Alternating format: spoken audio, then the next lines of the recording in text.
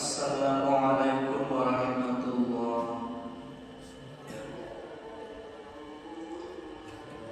Alhamdulillah, alhamdulillahi nahmaduhu wa nastaghfiruhu wa nu'minu bihi wa natawakkalu alayhi wa na'udzu billahi min shururi anfusina wa min sayyiati a'malina man yahdihillahu fala mudilla lahu wa man yudlil falan tajida lahu waliyyan murshida.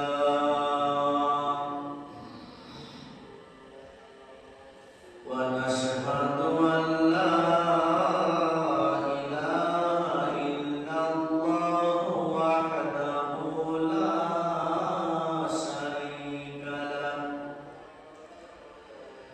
ونشهد أن سيدنا وحبيبنا وشفيعنا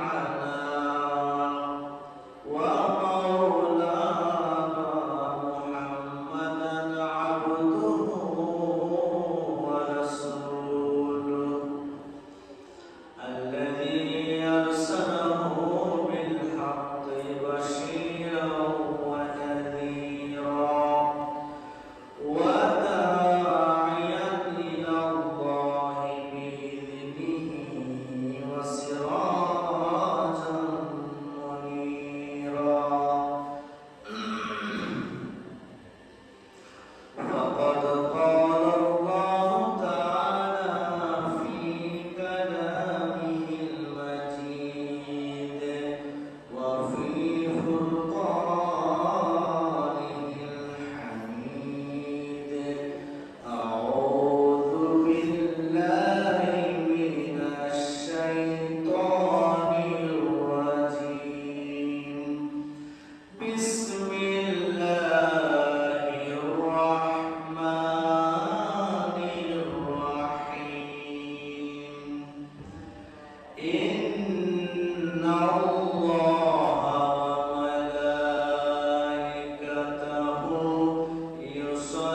يصلون على النبي يا أيها الذين آمنوا صلوا عليه وسلموا تسليما.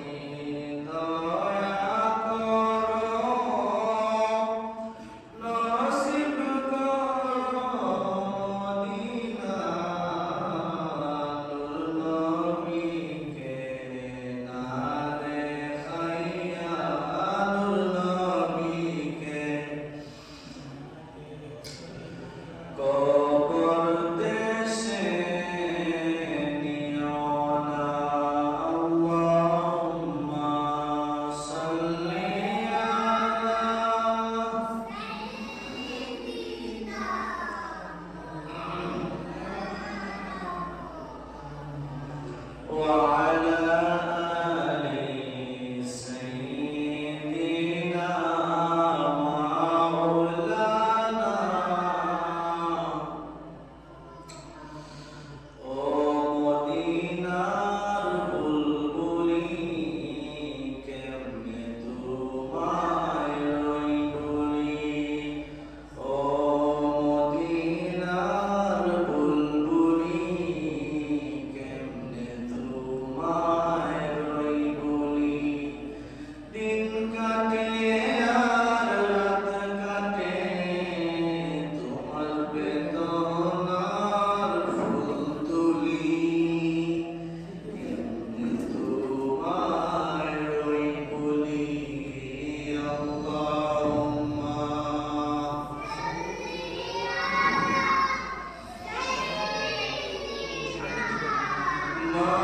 مولانا محمد وعلى آل سيدنا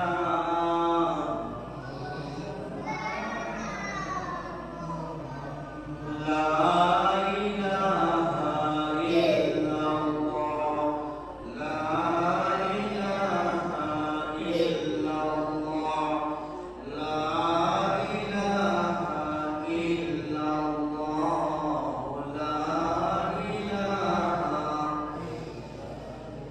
তুমি বাঁচাও তুমি মারো অবিরত ক্ষমা করো তুমি বাঁচাও তুমি মারো অবিরত ক্ষমা করো ধরার যে জন তাকেই ধরো ধরার যে জন তাকেই ধরো তোমার মতো সবই আল্লাহ লা ইলাহা ইল্লাল্লাহ লা ইলাহা ইল্লাল্লাহ লা ইলাহা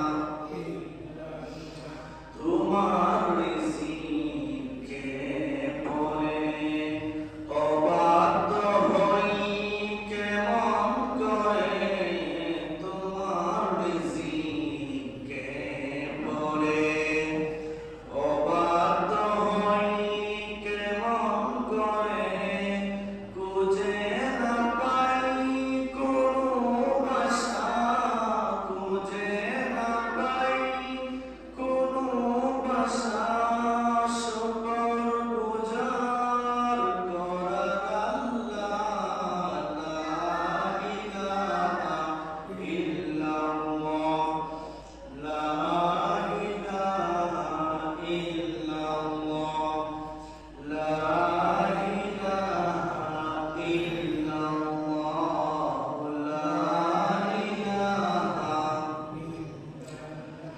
لا إله إلا الله محمد رسول الله صلى الله عليه وسلم الحمد لله আল্লাহ পাকের দরবারে অসংখ্য শুকরিয়া আদায় করি যে আল্লাহ পাক রব্বুল আলামিন আমাদেরকে মেহেরবানি করে আবারও একটি জুমার নামাজ আদায় করার লক্ষ্যে পৃথিবীর সর্বশ্রেষ্ঠ ঘর মসজিদে আসার তৌফিক দিয়েছেন সেজন্য আসলে আমরা আল্লাহর দরবারে শুকরিয়া আদায় করি সবাই করি আলহামদুলিল্লাহ সম্মানিত হাজিরিন আমাদের সামনে পবিত্র রজব মাস উপস্থিত অর্থাৎ আল্লাহ পাক রব্বুল আলামিন পবিত্র কোরআনুল মাজিদে যে চারটি মাসকে সম্মানিত মাস বলে আখ্যায়িত করেছেন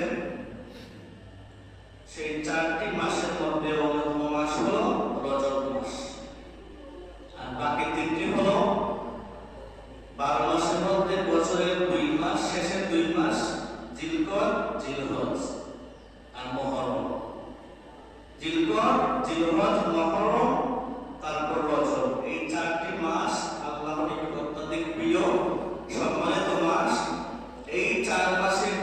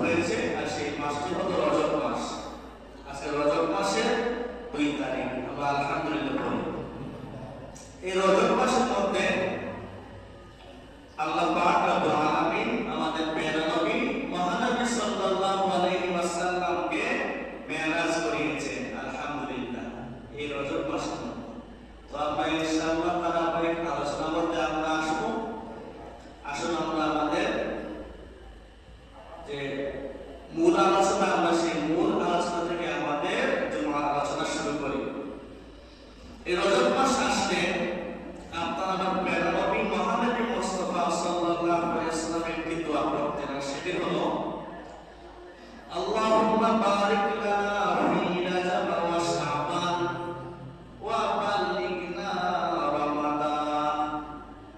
মহানবী সাল্লাল্লাহু আলাইহি ওয়াসাল্লাম যখনই ওনার জীবন দশায় রজব মাস আসতো, তখনই আপনার আমার প্রিয় নবী মহানবী মুহাম্মদ রাসূলুল্লাহ সাল্লাল্লাহু আলাইহি ওয়াসাল্লাম এই দোয়াটি পড়তেন। আর দোয়াটি হলো আল্লাহুম্মা বারিক লানা ফি রাজাব ওয়া শাবান, ও আল্লাহ রজব এবং শাবান মাসের মধ্যে আপনি বরকত দান করুন, এবং ওয়া বাল্লিগনা ইলা রমাদান, আর রমজান মাস পর্যন্ত আপনি আমার হায়াতকে বাড়িয়ে দিন। সুবহানাল্লাহ। মহানবী এই দোয়া করতেন যে ও আল্লাহ রজব এবং শাবান মাসের মধ্যে আমাকে আপনি আপনার বন্দেগী, আপনার গোলামি করার জন্য তৌফিক দান করুন, আর রমজান মাস পর্যন্ত আমার হায়াতকে আপনি বাড়িয়ে দিন। এজন্য আমরা উম্মত হিসেবে এই দোয়া করব। যারা আরবিতে দোয়া করতে পারেন না, তারা বাংলাতে আল্লাহর নিকট দোয়া করবেন।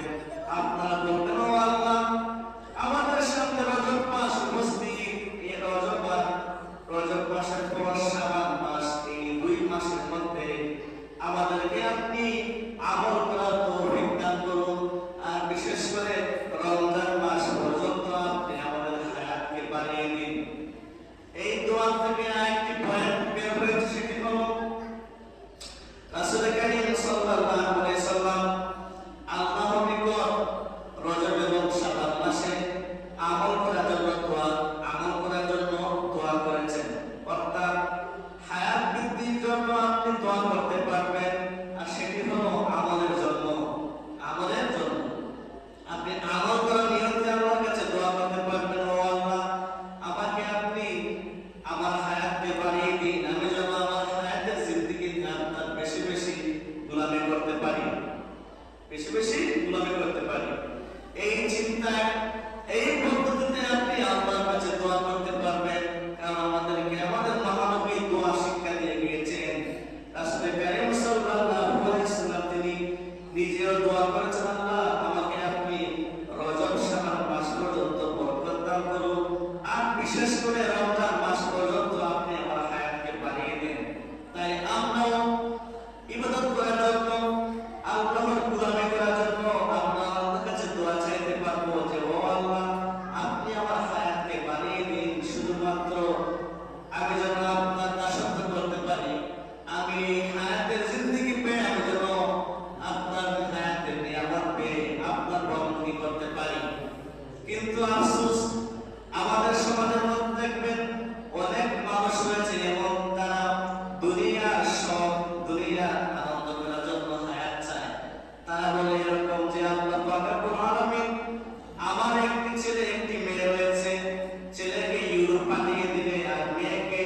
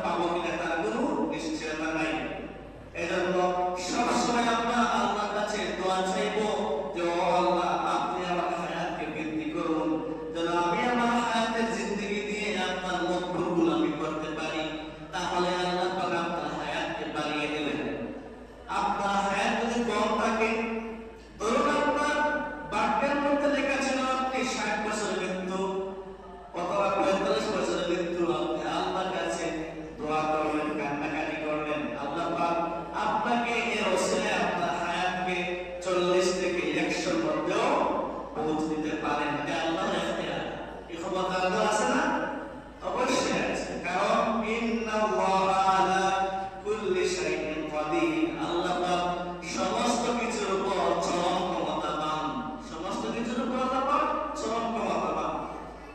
তাছাড়া মহানবী সাল্লাল্লাহু আলাইহি ওয়াসাল্লাম হাদিসের মধ্যে জানিয়ে দিয়েছেন, নেক আমল ছাড়া মানুষের কোনো কিছু হায়াত বাড়াতে পারে না। অর্থাৎ মানুষের হায়াতকে বৃদ্ধি করে নেক আমল। কোন ব্যক্তি যদি আমল করে, পাঁচ ওয়াক্ত নামাজ পড়ে, তারপর দান সদকা করে, অর্থাৎ যতই নেক আমল রয়েছে সবগুলো নেক আমল করলেই আল্লাহ পাক বলেছেন, তোমার হাবিবের মাধ্যমে আল্লাহ পাক জানিয়ে দিয়েছেন যে কোন ব্যক্তি হায়াত বৃদ্ধি পাবে শুধুমাত্র একটি কাজ করলে, সেটি হলো নেক আমল। এজন্য মহানবী বলে দিয়েছেন, নেক আমল ছাড়া কোনো কিছুই বান্দার হায়াতকে বৃদ্ধি করতে পারে না, আর দোয়া ছাড়া বান্দার ভাগ্যকে বদলাতে পারে না। দোয়া বান্দার ভাগ্য পরিবর্তন করে। কিন্তু আফসোস, আমাদের সমাজে এক সম্প্রদায় মুসলিম বের হয়েছে, তারা চাচ্ছে দোয়াকে তুলে নিতে। তারা বলবে ফরজ নামাজের পর দোয়া নাই, সম্মিলিত মুনাজাত নাই। এসব বলে আমাদের যুবক ভাইদের ব্রেনকে ওয়াশ করতেছে, তারা দোয়াকে তুলে ফেলতেছে।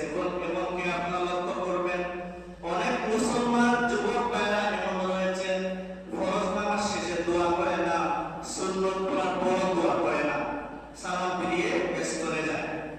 তার ভিতরে যেন অহংকারের ভাব। এত অহংকার কেন রে ভাই? তুমি যদি আমার কাছে হাত পেতে ভিক্ষা না চাইতে পারো, তাহলে তোমার এই আমল দিয়ে কি হলো?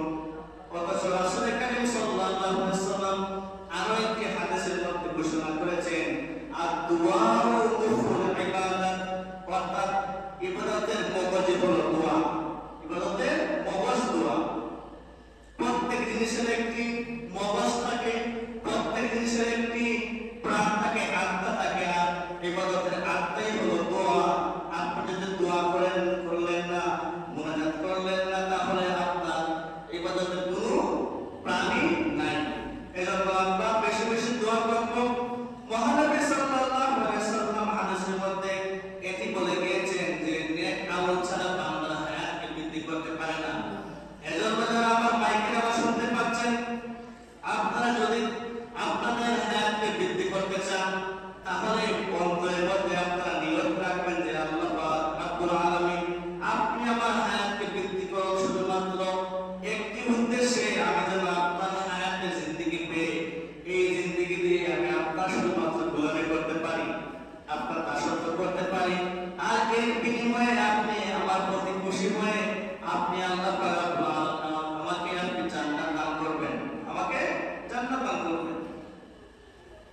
কাজেই আমরা বেশি বেশি নেক আমল করব। যারা চান যে একটু দুনিয়ার মধ্যে বাঁচতে বেশি দিন, আপনারা নেক আমল করবেন। বেআমল হয়ে গেলে, বেনামাজি হয়ে গেলে, আল্লাহর গোলামি না করলে ওই বান্দা বান্দির হায়াত আল্লাহ পাক বৃদ্ধি করেন না।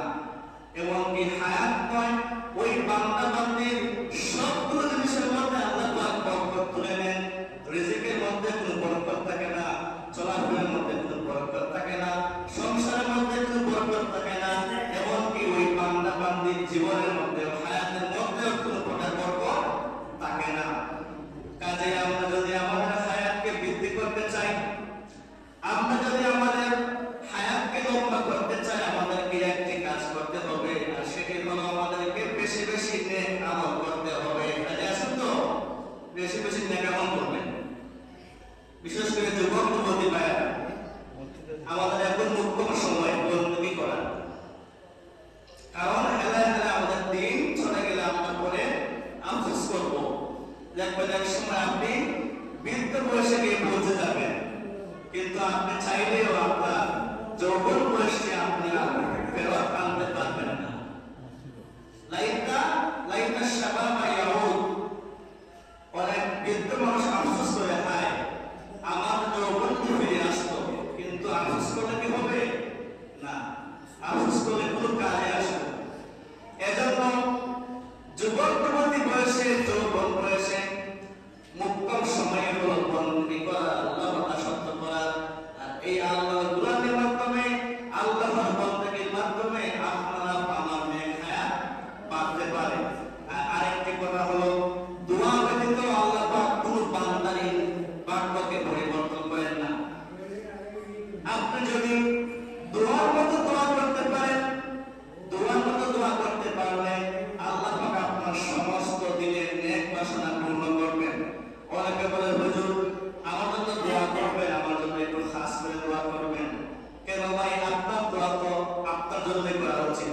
কারণ নিজের জন্য নিজের দোয়া উত্তম।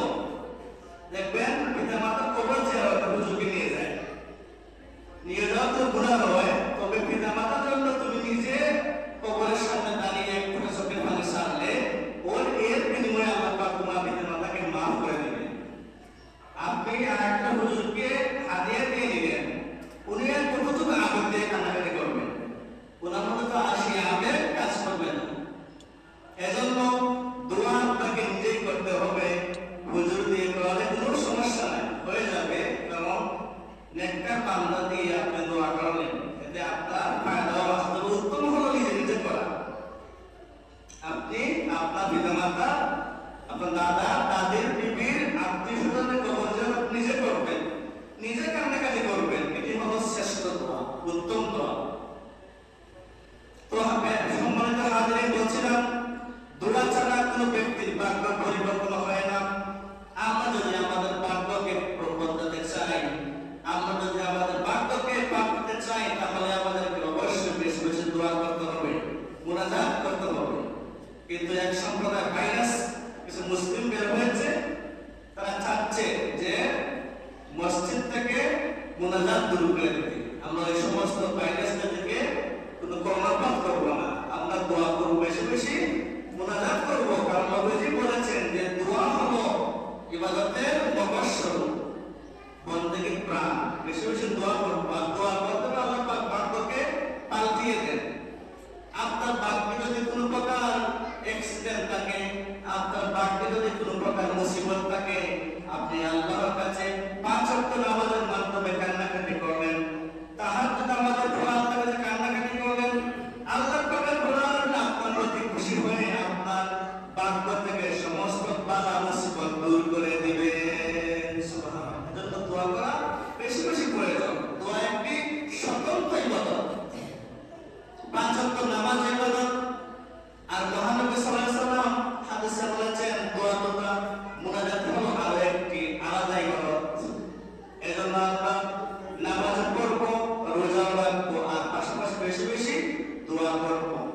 যখনই আপনি অবসর হবেন, আপনি একা হবেন, আপনি পবিত্র কালামুল মাজিদ থেকে কয়েকটি সূরা তেলাওয়াত করে, মহানবীর প্রতি দুরূদ শরীফ পাঠ করে আপনি আল্লাহর কাছে ভিখারির মতো 2 হাত তুলে দোয়া করুন। আল্লাহ পাক আপনার উপর খুশি হবে।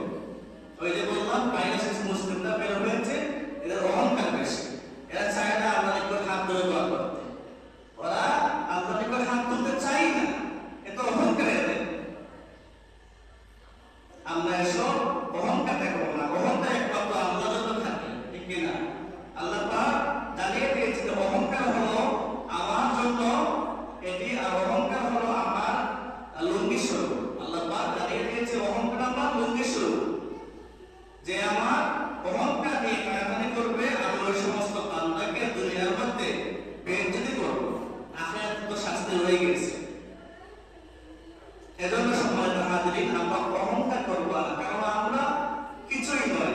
একজন মানুষের 7-8 বার পাতলা পায়খানা হলে ওর অবস্থাই খারাপ, আর কিসের এত বাহাদুরি, ঠিক কিনা? 7-8 বার টয়লেটে গেলে পাতলা পায়খানা শেষ, সে মানুষটা দুর্বল হয়ে যায়, তো কিসের এত বাহাদুরি? অহংকার একমাত্র আল্লাহর জন্য খাটে, অহংকার একমাত্র আল্লাহর জন্য। আমরা অহংকার করবো না, আমরা আল্লাহর কাছে বিনয়ী হয়ে ভিখারির বেশি আমরা আল্লাহর কাছে হাত তুলে বেশি বেশি দোয়া করবো। আল্লাহ পাক আমাদের এই বিনিময়ে আমাদের হায়াতকে বৃদ্ধি করবেন, আমাদের ভাগ্যকে আল্লাহ পাক পাল্টিয়ে দিবেন। এজন্য প্রিয় হাজিরিন, আপনারা আমার প্রিয় নবী মহানবী সাল্লাল্লাহু আলাইহি সাল্লাম এই রজব মাস আসলে বেশি বেশি দোয়া করতেন, বলতেন আল্লাহ পাক রব্বুল আলামিন আপনি আমাকে আমার হায়াতের মধ্যে বরকত দান করুন রজব এবং শাবান মাস, আর আমার হায়াতকে আপনি বর্ধিত করুন রমজান মাস পর্যন্ত। আমরা এজন্য বেশি বেশি দোয়া করব, আর বিশেষ করে রমজান মাস, এই রজব মাসে আমরা বেশি বেশি নেক আমল করার চেষ্টা করব। আল্লাহর কাছে 4টি সম্মানিত মাস, সেই 4টি সম্মানিত মাসের মধ্যে বড় মাস হলো রজব মাস, তারপর বছরের শেষের 2 মাস, এরপর বছরের শুরুতে মহরম মাস। এই 3টি মাস আর এই রজব মাস, 4টি মাস আমাদের কাছে অত্যধিক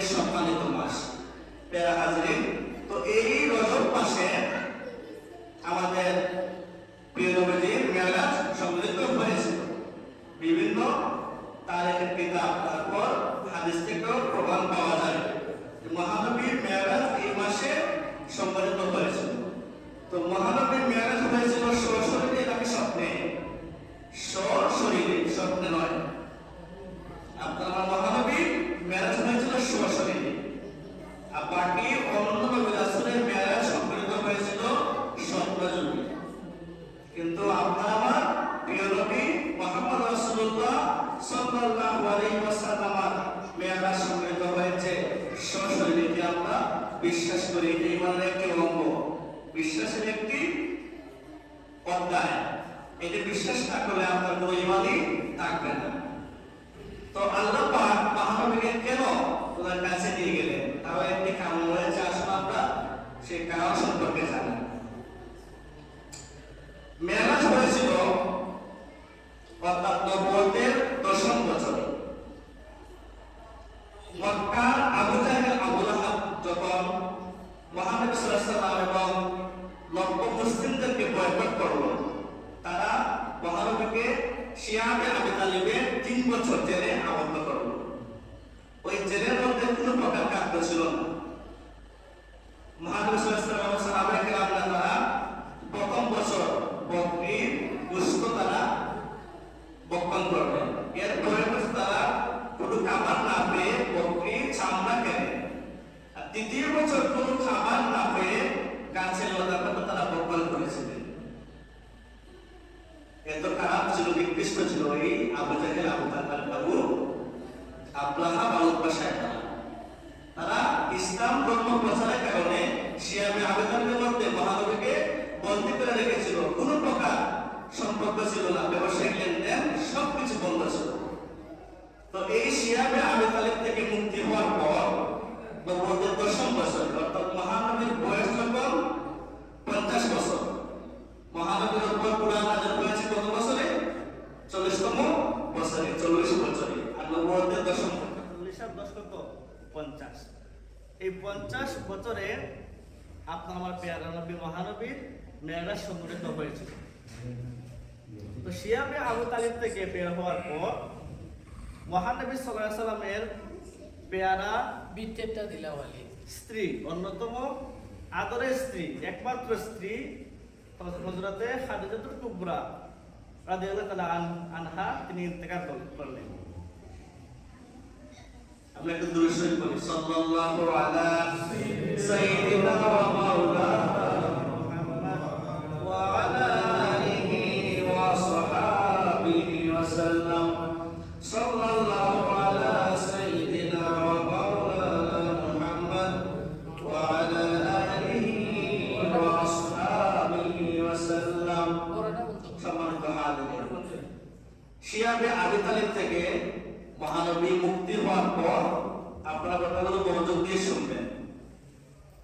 জেল থেকে মুক্তি হওয়ার পর মহানবীর একমাত্র প্রিয়তমা স্ত্রী হযরত খাদিজা ইন্তেকাল করলেন। মহানবী ভীষণভাবে মানসিক বেদনায় ভেঙে পড়লেন। তারপর হযরত খাদিজা ইন্তেকালের পর 4 থেকে 5 দিন পরেই মহানবীকে যে ব্যক্তি সবসময় শেরদান করতেন, আশ্রয় দিতেন, সাপোর্ট করতেন, প্রভুজির চাচা আবু তালিব, তিনিও 4 থেকে 5 দিন পরে ইন্তেকাল করবেন। জেল থেকে বের হওয়ার পর প্রিয়তম স্ত্রীও বিদায় নিয়ে গেলেন। তারপর 4 থেকে 5 দিন পর ওনার চাচাও ইন্তেকাল করলেন। তো মহানবী মানসিক দিক থেকে ভীষণ ভেঙে পড়লেন। তারপর মহানবী সাল্লাল্লাহু আলাইহি সাল্লাম একটু বুক ভরা আশা নিয়ে তায়েফের ময়দানে গমন করলেন। তিনি ভাবলেন, তায়েফের ময়দানে আমি মানুষদের নিকট আল্লাহর বাণী পৌঁছিয়ে দেখি তারা মুসলিম হয় কিনা। তায়েফের ময়দানে মহানবী দীর্ঘদিন দাওয়াত দেওয়ার পরও আফসোস একটা মানুষও কালেমা পড়ে মুসলমান হয় নাই। এমনকি কাফের মুশরিকরা শিশু বাচ্চাদেরকে তারা মহানবীর পিছনে নেড়িয়ে দিল। মহানবীকে শিশু বাচ্চারা পাথর দিয়ে তারা পাথর নিক্ষেপ করে করে আপনার মহানবীর সমস্ত শরীরকে রক্তাক্ত করল। এমনকি সারা শরীরে রক্ত বের হয়ে মহানবীর জুতা মোবারক রক্তের চোট থেকে গেল। মহানবী সাল্লাল্লাহু আলাইহি সাল্লাম ওই তায়েফের মাঠ থেকে ফিরে আসার পর ওনার সামনে জিবরাইল আলাইহিস সালাম হাজির হলেন। জিবরাইল এসে বললেন, ইয়া রাসূলুল্লাহ, ইয়া হাবিবাল্লাহ, আল্লাহ পাক আমাকে পাঠিয়েছেন, আপনি আমাকে একটু অনুমতি দিন, আমি উহুদ পাহাড়কে আমার বাম হাতে নিয়ে পুরো তায়েফবাসীকে আমি ধ্বংস করে ফেলবো। কিন্তু আমার মহানবী কতটুকু ধৈর্যশীল। মহানবী বললেন, না জিবরাইল, তুমি যদি তায়েফবাসীকে ধ্বংস করে দাও তাহলে আমি ইসলাম ধর্ম কার নিকট প্রচার করব। মহানবী জিবরাইল আলাইহিস সালামকে না করে তিনি মক্কায় ফিরে আসলেন। মক্কায় ফিরে আসার পর মহানবীকে নিয়ে আবু জাহেল, উতবা, সাইবা তারা একটু মস্করা শুরু করলো। বললো, আপনার প্রস্তাবগুলো তাইবাসীরা গ্রহণই করলো না, শিশুরা আপনাকে তাড়িয়ে দিল রক্তাক্ত করে। আপনার আল্লাহ কোথায়? আপনি যে আল্লাহ আল্লাহ বলেন, আপনার আল্লাহ তো আপনাকে রক্ষা করলেন না। তারা এই সমস্ত কথা বলে মহানবীকে তারা বেশি ভীষণ কষ্ট দিতে আরম্ভ করবো। মহানবী আরো মানসিক দিক থেকে কষ্ট পেলেন। কিন্তু সবকিছু দেখছেন কে? আল্লাহ পাক সবকিছু দেখতেছেন।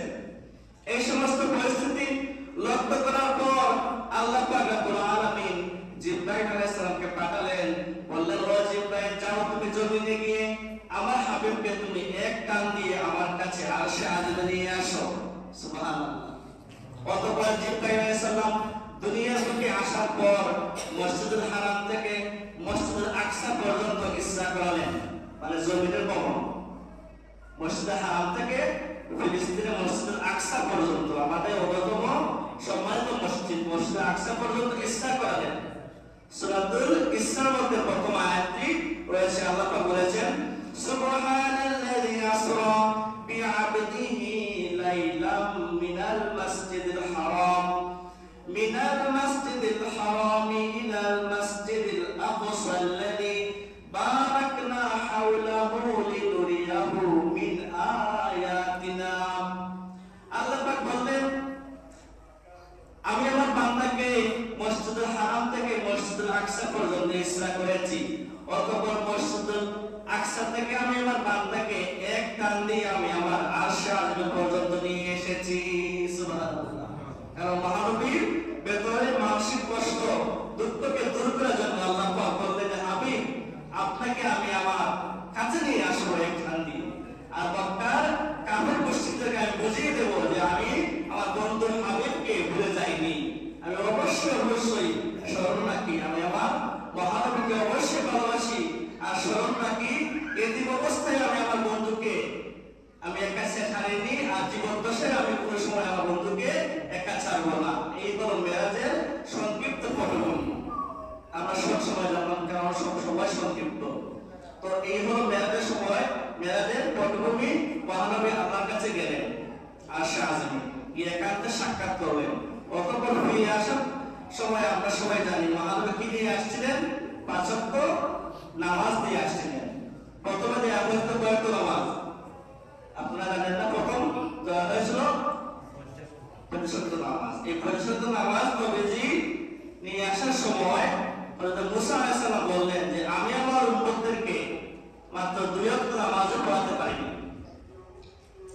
ভীষণ বিরামের পর আমার উম্মতকে আমি 2 ওয়াক্ত নামাজ পড়াতে পারিনি। আপনার উম্মত এত সব নামাজ পড়তে পারবে না, আপনি চান গিয়ে করিয়ে আমি।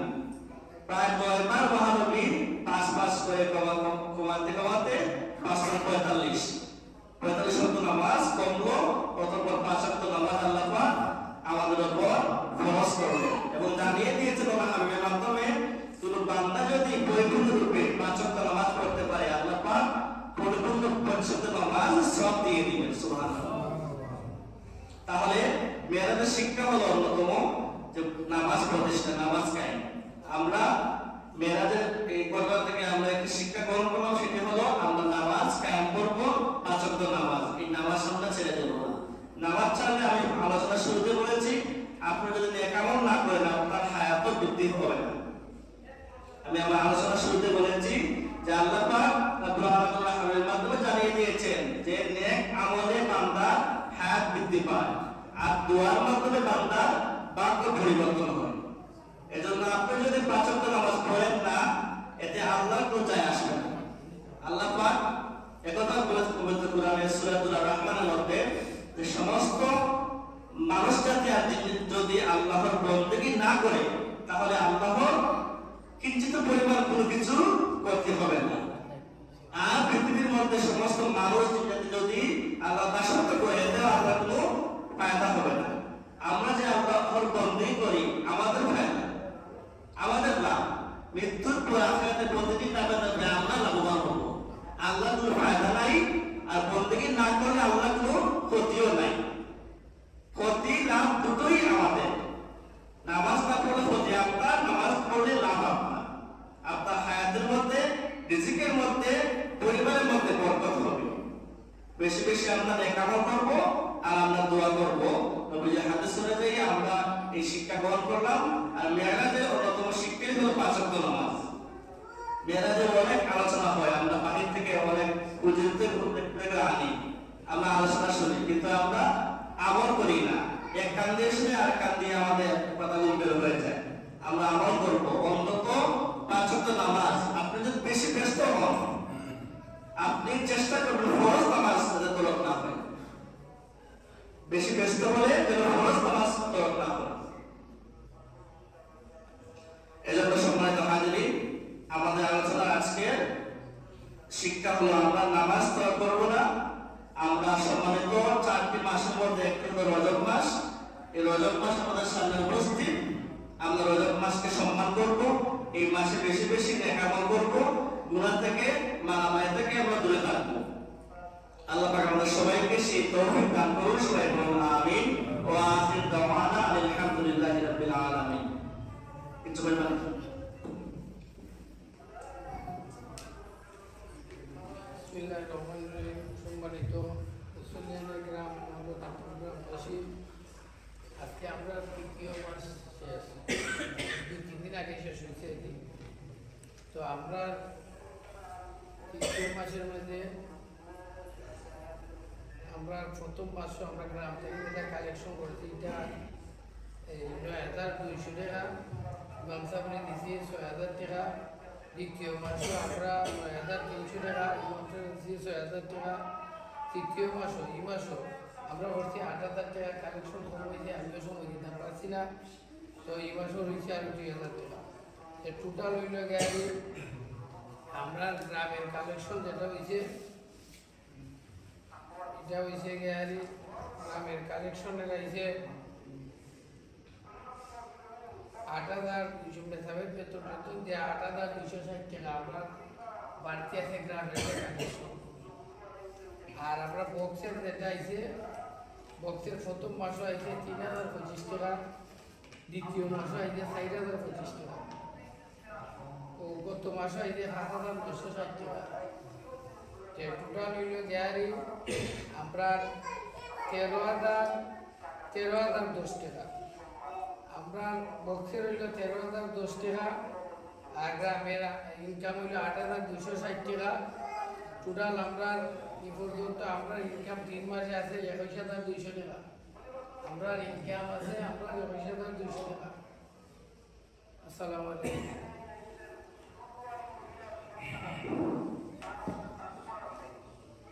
সম্মানিত মুসলিম কেরাম, আপনাদের সামনে একটা দাওয়াত নামাইছে 8 জানুয়ারি রোজ বুধবার শামসুল্লাহ মাহমুদ আল্লামা ফজলুদ্দি সাহেব কিবলা রাহমাতুল্লাহ আলাইহি ও এলাকার মধ্যে গান্ধী ইসলাম উপলক্ষে ওয়াজ ও দোয়া মাহফিল আগামী বুধবার 8 জানুয়ারি। স্থানে প্রধান অতিথি হিসেবে আগমন করবে হযরত মাওলানা নজরুদ্দিন চৌধুরী সাহেব ফুলতলি। তারপর বিশেষ অতিথি হিসেবে তশরিফ আনবেন মাওলানা মুফতি ওসমান গনি সাদি সাহেব ঢাকা। প্রধান বক্তা মাওলানা আব্দুল সাহেব প্রত্যন্ত মুস্তাফিজুল আলী মাদ্রাসা। তারপর প্রধান আকর্ষক হযরত মাওলানা আব্দুল আউয়াল ফয়সাল বিন তাহিরি সাহেব। আর স্থানীয় ওলামা কেরাম আছেন, আপনাদের সবার দাওয়াত। আর বিশেষ করে সুন্নতে খতনা করার জন্য আপনাদেরকে অনুরোধ করা হয়েছে। আমাদের এলাকার মধ্যে কোনো অসহায় গরিব বাচ্চারা থাকলে তাদেরকে আপনারা নিয়ে যাবেন, এদেরকে বিনামূল্যে খতনা করানো হবে। প্রতিপুরের মধ্যে কোনো সন্তান থাকলে, এতিম অসহায় গরিব সন্তান থাকলে আপনারা নিয়ে যাবেন। আগামী 8 জানুয়ারি বুধবার সুন্নতে খতনা করা হবে সম্পূর্ণ ফ্রিতে, বিনামূল্যে। ইনাদগঞ্জ উচ্চ বিদ্যালয়ের মাঠ। খতনা শুরু হবে সকাল 9:00 থেকে শুরু হবে খতনা। কারণ এখানে সকাল 8টা থেকে দুপুর 1টা পর্যন্ত। আপনারা চলে যাবেন 8টার দিকে, ইনশাআল্লাহ আপনারা জানিয়ে দিবেন যারা অসহায় বাচ্চারা আছে তাদের বিনামূল্যে খতনা করা হবে। আল্লাহ পাক এই মাহফিলটি কবুল করুন। আগামী 8 জানুয়ারি বুধবার। সাল্লাল্লাহু আলা সাইয়্যিদিনা ওয়া মাওলানা মুহাম্মদ ওয়া আলা আলিহি ওয়া আসহাবিহি ওয়া সাল্লাম। আস্তাগফিরুল্লাহ, ইন্নাল্লাহা গফুরুর রাহিম। astaghfirullah innallaha ghafurur rahim astaghfirullah rabbi min kulli dhanbin wa atubu ilayhi la hawla wa la quwwata illa billahil aliyyil azim Allahumma amin Rabbana zalamna anfusana wa in lam taghfir lana wa tarhamna lanakunanna minal khasirin Rabbana atina fid dunya hasanatan wa fil akhirati hasanatan wa qina adhaban nar Allahumma kfini bi halalika an haramik wa aghnini bi fadlika amman siwak اللهم اجعلني صبورا واجعلني شكورا واجعلني في عيني صغيرا وفي أعين الناس كبيرا ربنا هب لنا من أزواجنا وذرياتنا قرة أعين واجعلنا للمتقين إماما رب ارحمهما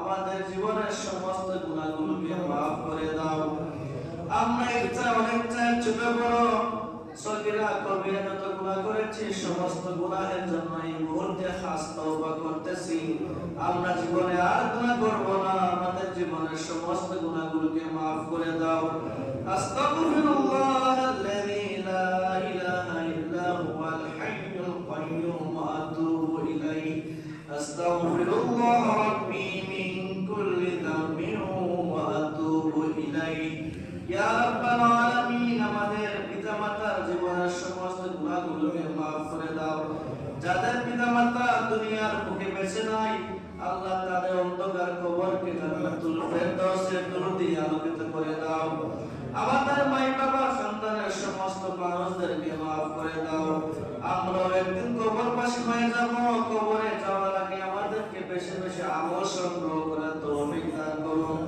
বেআমল কৃতজ্ঞ অবস্থায় আমাদের মৃত্যু দিও না আমাদেরকে আখিরাতের আমল সংগ্রহ করার তৌফিক দান করো আল্লাহ আয় আল্লাহ ইয়া রাব্বাল আলামিন আপনার অনেক অসুস্থ বান্দা বান্দি আমার নিকট আল্লাহ দোয়া দরখাস্ত করেছে আপনার কাছে দোয়া দরখাস্ত করতেছি রাব্বাল আলামিন আপনার ওই সমস্ত অসুস্থ বান্দা বান্দিদেরকে পরিপূর্ণ শিফায়ে কামিলা আজিলা দান করে দাও অসুস্থতা আপনার নিয়ামতকে সুস্থতা নিয়ামত দিয়ে বদলে দাও আল্লাহ ইয়া রাব্বাল আলামিন আমাদেরকে বড় বড় রোগ দিয়ে বড় বড় মুসিবত দিয়ে পরীক্ষা করিও না আমরা পরীক্ষার মধ্যে উত্তীর্ণ হতে পারবো না আমাদেরকে বড় বড় রোগ সুখ বেমার আজার দিয়ে পরীক্ষা করিও না আল্লাহ ইয়া রাব্বাল আলামিন আপনি যারা হাত বাড়াইলো আমাদের প্রত্যেকের নেক হায়াত দরাজ করে দাও আপনার মকবুল গোলামি করার জন্য আমাদের হায়াতকে বৃদ্ধি করে দাও আমাদের পরিবারের মধ্যে খৈর বরকত দান করো আমাদের সবার দিনের নেক আশাগুলোকে পূর্ণ করে দাও আয় আল্লাহ আমাদের পরিবার পরিজনের যত মানুষ রুজির উদ্দেশ্যে বিদেশে পাড়ি জমিয়েছে প্রত্যেককে হালাল উপায়ে সুস্থ শরীরে রুজি করার তৌফিক দান করো সুবহান রাব্বিকা রাব্বিল ইজ্জাতি আম্মা